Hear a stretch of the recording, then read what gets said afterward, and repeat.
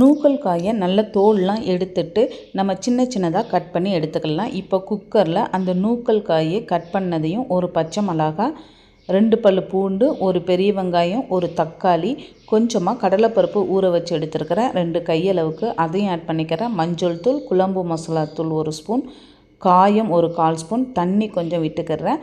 உப்பும் போட்டு குக்கரை மூடி ஒரு 3 விசில் விட்டுக்கிறேன்.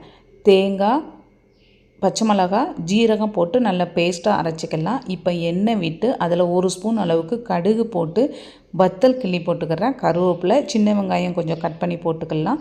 ஒரு 2 பூண்டு பல்லை தட்டி ஆட் பண்ணிக்க போகிறேன். இது கூடயே சின்ன துண்டு இஞ்சியும் தட்டி ஆட் பண்ணிக்கலாம். எல்லாத்தையும் சேர்த்து நல்லா தாளிப்பு மாதிரி ரெடி பண்ணிவிட்டு நம்ம குக்கரில் வேக வச்சுருந்ததை அப்படியே இந்த கடாயில் நம்ம மாற்றிக்கலாம். எல்லாத்தையும் சேர்த்து நல்லா கிளறி விட்டு கொஞ்சம் தண்ணியும் விட்டுட்டு நல்லா கொதித்து வர்ற டைமில் நம்ம மிக்சியில் அரைச்சி வச்சுருந்த அந்த தேங்காய், பச்சை மிளகாய், ஜீரக பேஸ்ட்டை இதோட ஆட் பண்ணி விட்டுற வேண்டியதான்.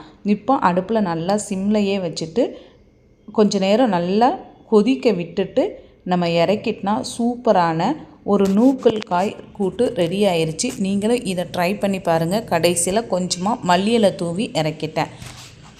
டிஃப்ரெண்ட்டான ஒரு கிரேவி. தோசை, சப்பாத்தி, சாதம் எதுக்குனாலும் எடுத்துக்கலாம்.